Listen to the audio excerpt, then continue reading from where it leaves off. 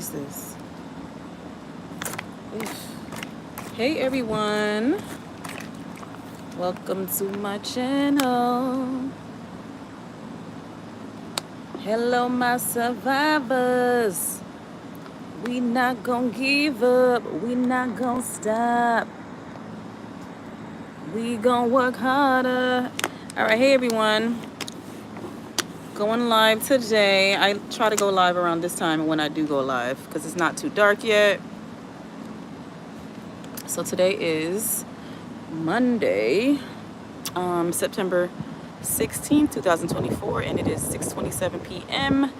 Eastern Central Time, Midwest, USA. So I'm going to talk about like two things. Trying to see what I'm going to talk about first.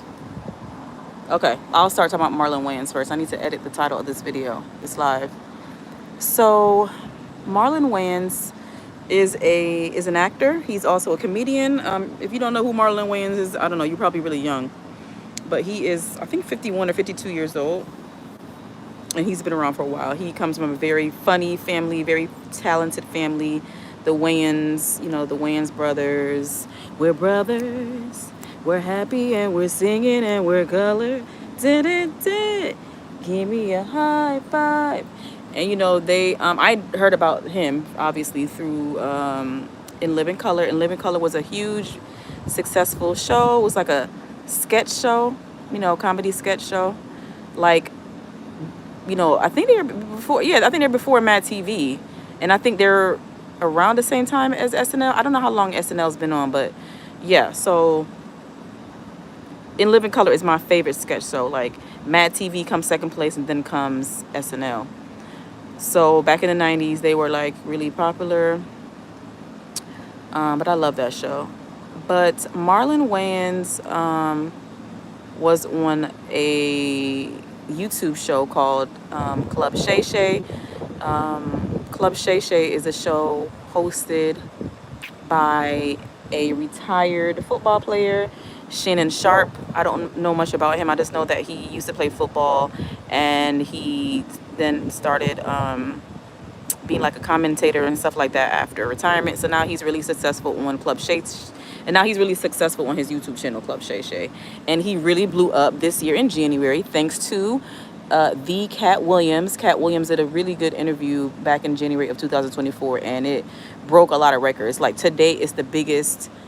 Today, the Cat Williams interview is the most viewed interview on YouTube. And I think before that was whatever. Anyway, good interview. So Marlon Wayans was on there, and he, in the very beginning of his interview, that was like what, 2 weeks ago maybe, that Marlon Wayans was on Club Shay. He talked about his family, about how his parents were together for, you know, a very long time. They were married for a very long time, which is amazing.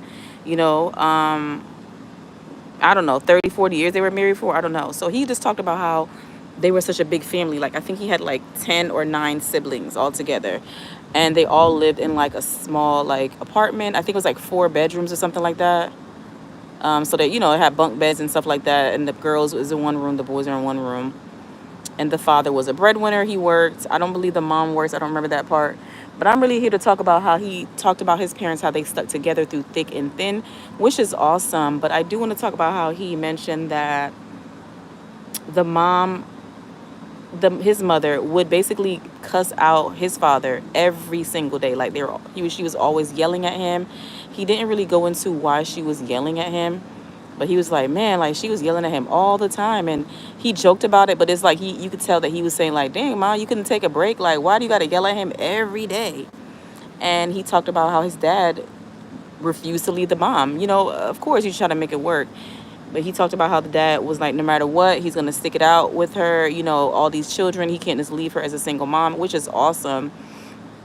But it was like, you know, it's like a trend with some families, and I'm black, so in my culture, in the black culture, I feel like a lot of us downplay some of the abuse or domestic violence in the household. I'm not saying there was any domestic violence like that, but you know, the children were beat with belts and whatever else, so that is a form of domestic violence. People try to differentiate it, but when you're being physically beaten or hurt in your home, whether the person loved you or not, that is domestic violence. So he talked, like I said, he talked about his mom was always yelling at the dad, like she was always mad at him. Obviously they made up because they had so many children, but it just makes me sad when I hear people downplay the abuse that they experienced as a child. You know, Marlon Wayans, didn't say it, but he is a survivor of, some type of childhood, abuse. He was physically beaten. I'm sure he was yelled at and stuff like that. I'm glad his parents cared about him enough for them to stay together and try to make it work. But I just want more of us to call a thing a thing. Like, I love my parents, but they did abuse me or they did hurt me and it was wrong. But I still love them and I understand why they were like that. But a lot of us, not a lot of us, but some people are just like, oh, they beat me, they yelled at me, this and that. But, oh, I love them, it doesn't matter. I'm glad they hit me. Because if it wasn't for their beats, if it wasn't for them beating me, I wouldn't be the man I am today and all this other stuff. And, like, people make it seem like there's no other way to reach a child. Like, you can reach a child without hitting on them. And I understand back in the day, things were different. People didn't know how to communicate. We didn't know how to talk. It was just parents hit children, and it was accepted as normal. Parents still hit children to this day, and I've never been okay with it. I'm a survivor of being beat by as a child. I hated every minute of it. I don't brag about, oh, my mom used to hit me, my dad used to hit me. It's not a bragging moment. Like, I'm traumatized because I was beat. So, Marlon is a different person than me. He's a man and he's different. And, he felt love from his family. But like I said before, like, I just wish we would call things out more. Like, you can still love your parent, but call them out on their stuff. Like, you don't love them any less because you're like, hey, mom, I love you very much, but what you did was kind of messed up. Like, but that's his life. So it just made me think about my life. I don't think any of the physical abuse I experienced was funny. I don't think it made me a better person at all. Some people say that what doesn't kill you makes you stronger, but sometimes what doesn't kill you makes you have anxiety issues, makes you a very insecure person. So I don't know why people like to sugarcoat abuse like it's something that's, like it's a rite of passage. Any type of abuse that you experienced as a child in your home was not right. It was a lot of mental illness going on that was not being addressed. And I wish that we would talk about that more than to sugarcoat it like, oh, my mom beat me, my dad beat me, and yeah, they were together for years, and yeah, that's how we did it. I just want more of us as a community to talk about the abuse. Like, I want Club Shay, whatever other shows. I'm sure Oprah did her thing back in the day, but I just wish that now that we are in 2024 and we can look at things differently and say, hey, those things happened and it wasn't right. Let's dissect that. Why do you think your parents were doing that? You guys know my channel is called Why Are Humans Like This? I'm always asking why. Obviously a lot of abuse that some Black people face came from slavery. It was taught behavior, it was learned behavior. But now that we have the tools to know how to communicate with our loved ones, we got to do better. And that's why as a mom, I try my best to do better, because things that were done to me as a child, I did not enjoy it. I didn't like it. It didn't feel good. It didn't make me feel great. And with Marlon, because he felt loved and it was like affection and joy, I think he was able to say, I did get hit and there was a lot of yelling and screaming, but we felt like a family. We had each other's back. In my case, we didn't have each other's back. You know what I'm saying? So I guess he can speak from that part, because there was a balance. In my household, there was no balance. It was just abuse, dysfunction. I never went hungry, I could say that. I never was homeless, but there was a lot of abuse and there was no balance. There was no like true feeling of love and safety. So that's why I can't understand how Marlon thinks, because he had a different experience from me. But all in all, I do wish that more of us would talk about the abuse that we face as children in our household and still have respect for your parents. You can still love and respect your parent and realize what they did was wrong. Like, clearly they had some issues going on. They were overwhelmed, or they learned from their parents to hit and scream. And I would have loved if Marlon would have talked about why his mother was yelling all the time. Like, he said she yelled at the husband she screamed at him. She cussed him out every single day. I would have loved for him to get deeper into that and say, hey, my mom, her mom was like this, or her dad was like that. I like to just go back and learn why. Clearly something was going on with the mom, because it's not normal to just yell and be angry all the time. Yes, it's hard to raise a lot of kids. Trust and believe, I get it. But we got to realize that we chose to have all these kids. At a certain point, you got to be like, hey, I've had 2 kids now. Maybe I should stop. But if you're going to keep having children, you got to at some point calm down and learn different techniques. I would never say that having children is easy. So I understand that everybody handles it differently. But more parents and people need to realize that sometimes you need to just cut it off. Like if the children are making you crazy, it's probably time to stop having them. But having children is everyone's right. But having a safe household is the right of every child that's born, period. Children are not our properties. They're not here as our slaves for us to use them. Like, they are a gift, and we should treat them as such. If you hurt them, if you violate them in any way, we got to apologize and try to make things right. We can't just say, oh, that's what I was going, oh, well, well, I was tired and stressed, and oh, well, or you was stressing me, you get on my nerves. Like, I just feel like a lot of children are old apologies from their parents, and a lot of parents, especially the old school boomers or whatever you want to call them, they don't know how to take accountability. It's just, they have the it is what it is attitude. It's very dismissive, and I can't stand people who can't be accountable for their actions. At some point, you got to look yourself in the mirror and say, you know what, I could have did that better. I could have really did that better. I was going through some things and it wasn't right. But some parents, some people don't know how to do that. And I don't know how to interact in spaces with people like that. I can't, I'm uncomfortable with people like that because I can't trust people like that. If you can't admit fault or, have some type of remorse, it makes me sad. And I don't want to be around you. I don't want to be around sad people like that. Anyway, so, that was like a form of domestic violence, even though Marlon Wayans would probably never admit that. And, no disrespect to his family. I respect the family. They're very funny and they made talented children. But let's call a thing, so to speak. So as I mentioned on my community post, I am working on a video. It will be out tomorrow. And the video is going to be about domestic violence. And another, I saw a video on YouTube. It was like a clip. I think it was like a short. And it's a situation from my area. So a husband,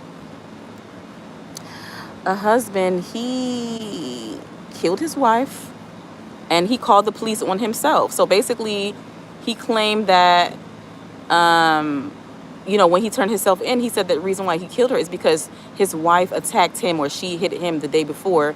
And so what he did was, y'all, this was premeditated. He waited until the children went to school the next day, got on the bus, and then around 9 a.m., he killed his own wife. He beat her over the head or whatever with a hammer, y'all, a knife and hammer. He used a knife and hammer to bludgeon his wife to death and stab her to death. And now the children are in child protective services. They don't have a mother, and now they're not going to have a father because he's in prison. I don't know how he thinks he's going to get away with this. Just because you admitted that you killed your wife doesn't mean you're going to get out of this. It was premeditated. It wasn't the heat of the moment. It wasn't a crime of passion. You planned it out. You basically said that she hit you, allegedly, and then you took it upon yourself to plan out how you're going to kill her the next day. You waited till the children were on the bus or at school, which I guess I give him a little bit credit for not doing it in front of his kids, because that would have been extra traumatizing. But not having your mom in your life is traumatizing still. I'm glad that the kids didn't see the actual killing, but it's really messed up that when you're old enough to realize that, man, my dad killed my mom. My dad is a murderer. And then these kids are going to be torn about should I still love my dad? Should I not love my dad? My dad killed my mother. This man is sick in the head. What happened to just leaving people? Domestic violence is out of control. It's been out of control. I don't understand why people can't just leave people alone. If they're abusing you, or let me say, if they're making you feel uncomfortable, that you don't like them, and you're able to escape. I know escape is not always easy. Please don't get me wrong.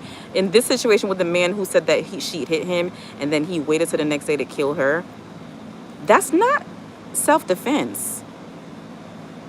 That's not self-defense. That's premeditated murder. And I really hope the prosecutors don't give this man a break. I don't care if he has children, but he planned on killing his wife.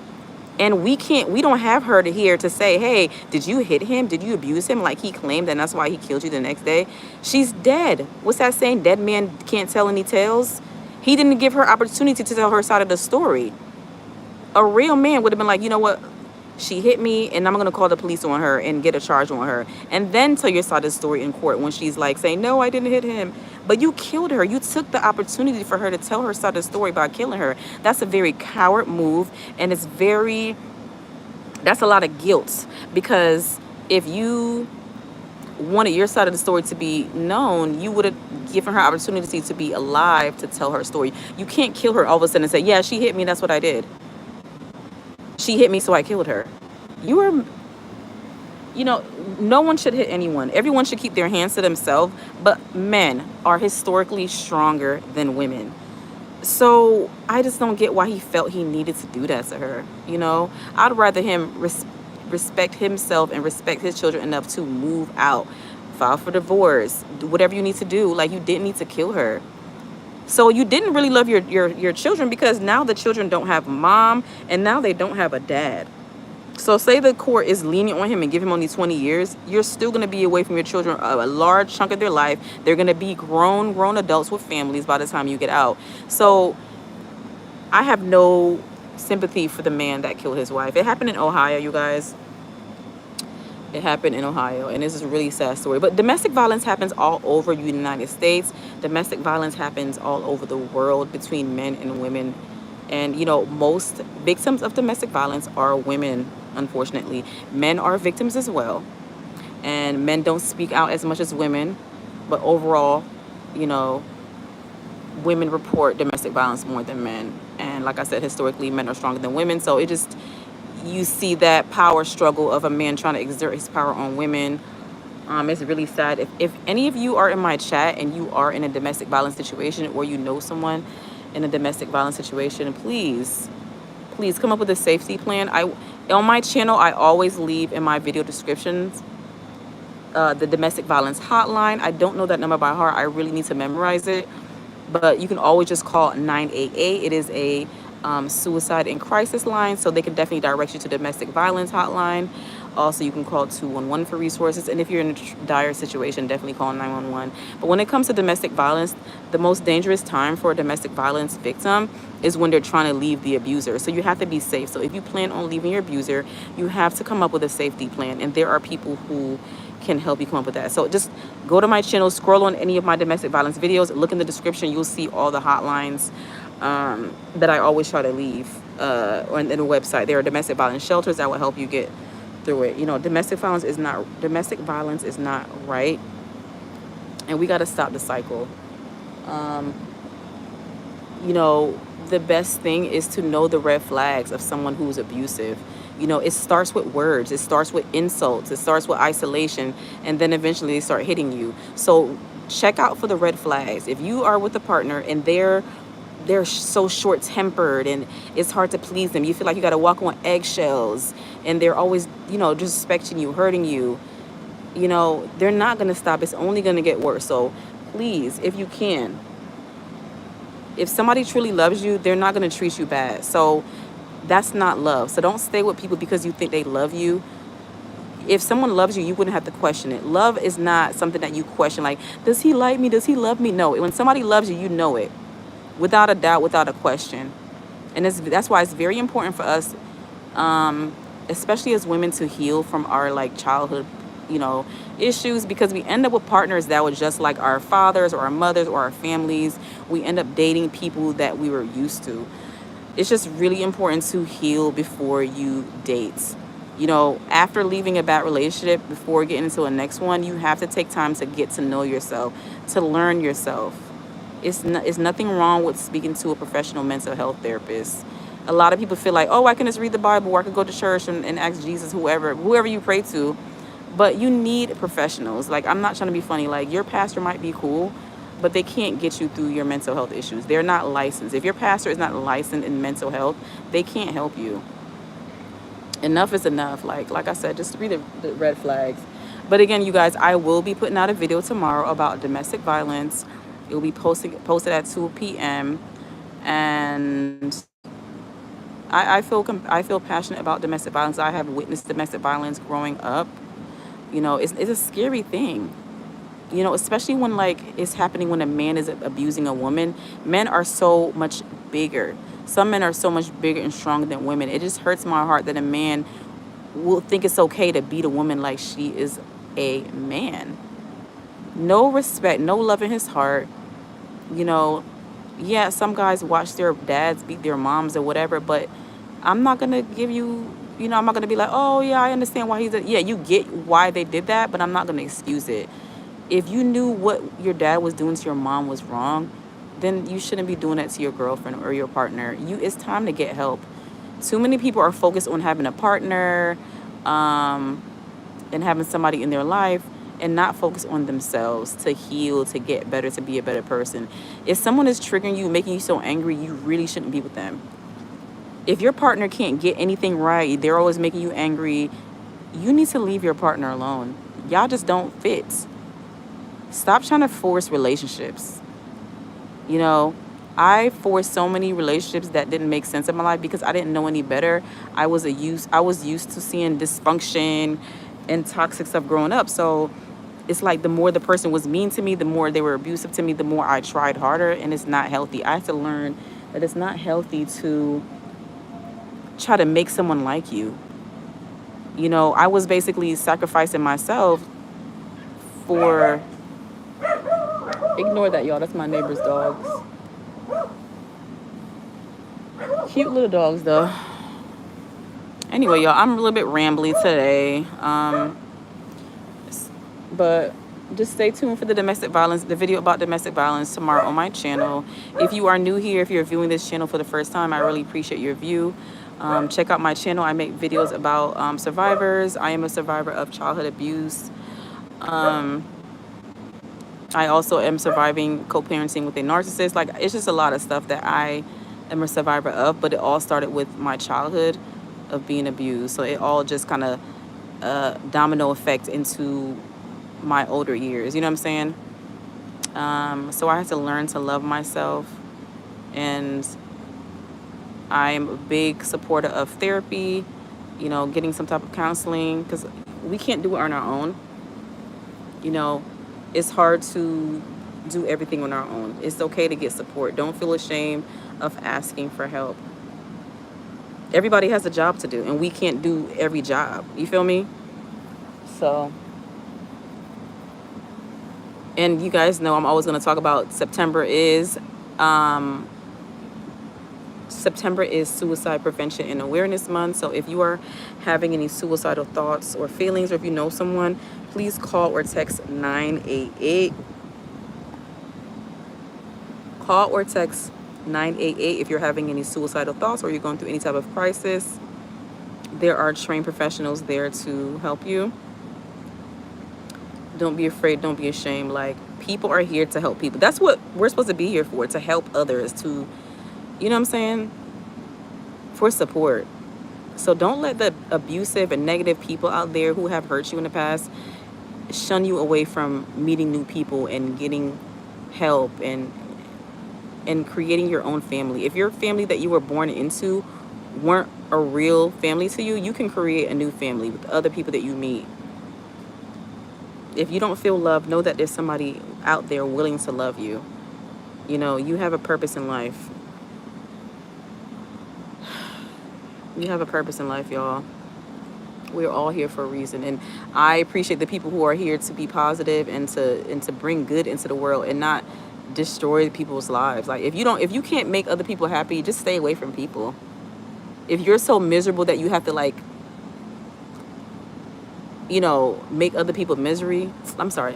All right, let me start it over. If you're so miserable that you have to bring other people down with you, then you need to get help and you need to stay away from people. It's no one's fault. The things that happen to you, like innocent people who never met you before, who have nothing to do with your childhood, it's not their fault that those things happen to you. So don't go around destroying other people's lives because someone destroyed your life or someone tried to destroy your life. Try to pick up the pieces. Get some help. There's nothing wrong with help.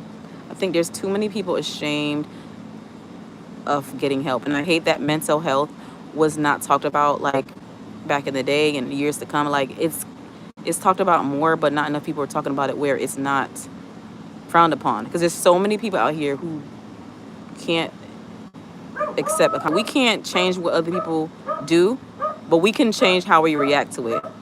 You know, you can't change that somebody's being an asshole, but you can change how you react to that person being an asshole. I had to learn that.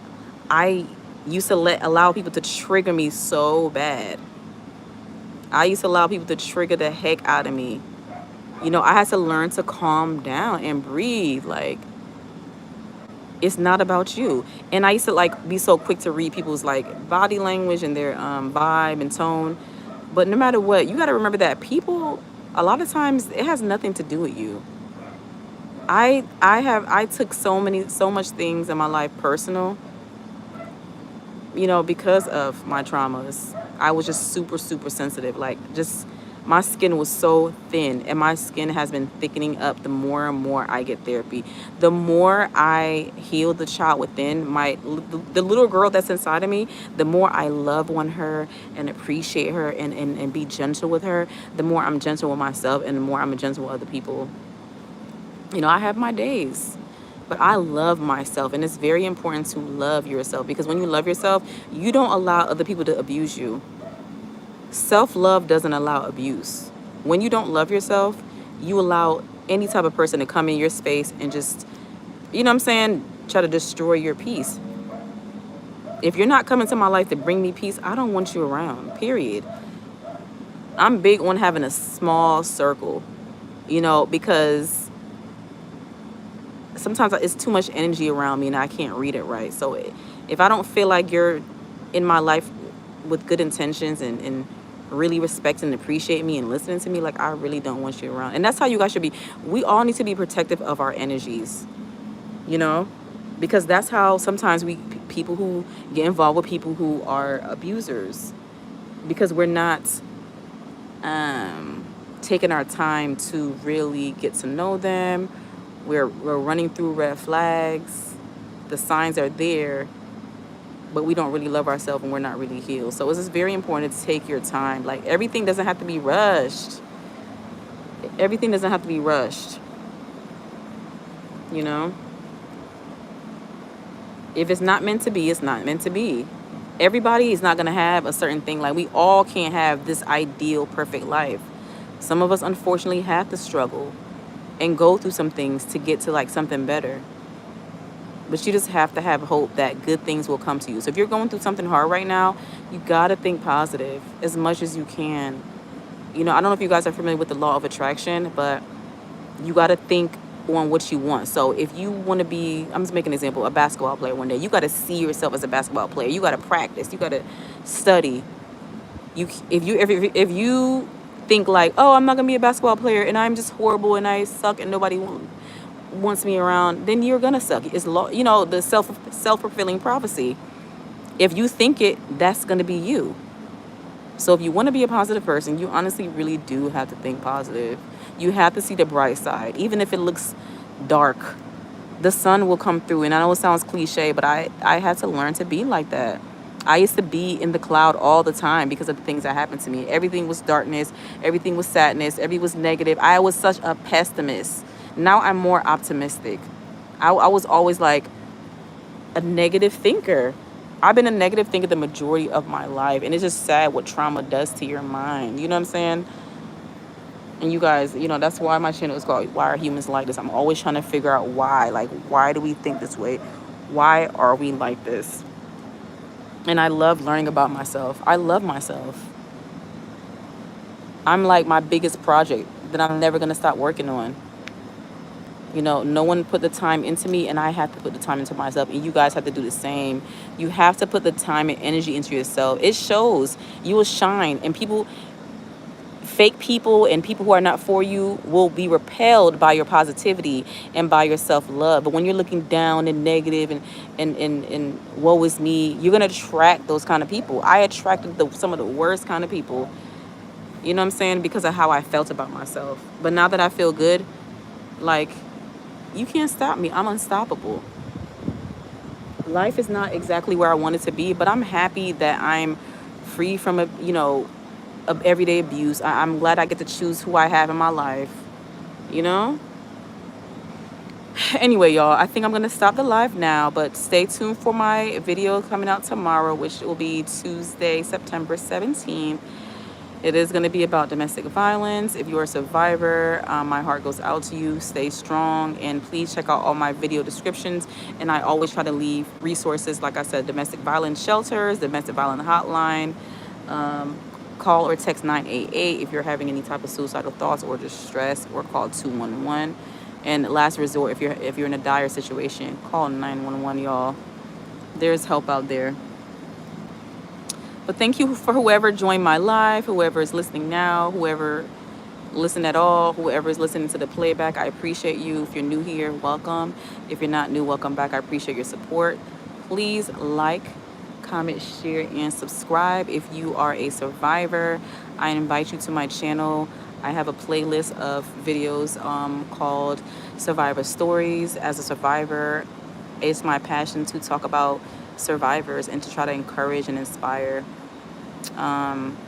It brings me joy to talk about people who have made it through some of the worst things in life.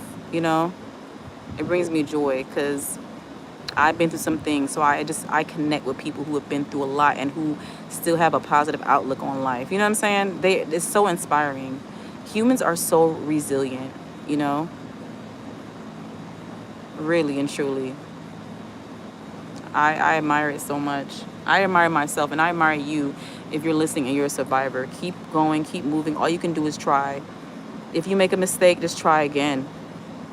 You just got to keep trying. Don't give up. When you give up, it's just not going to motivate you to keep going. So you have to keep going and don't give up. If you mess up, try again. That's all you can do. But this is my view. Like I said, it's right now, it is almost 7. It's 6:58 p.m. Eastern Central Time. The grass is looking like the sun really ate it up. You know what I'm saying? This grass needs some attention.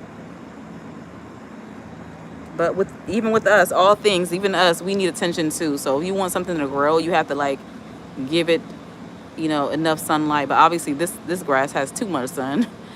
Give it some fertilizer, give it some water, and just let it grow. Give it time. I was just always a fast-paced person, always wanting things to happen now and not wanting to wait. But rushing doesn't do anything. It puts you in a bad situation when you rush. Rushing. Woo! Hold on. You guys, I think that's a bee, and I gotta go. I think it's a bee, and I'm gonna go, y'all. Have a good one. Talk to y'all later. Oh, my God.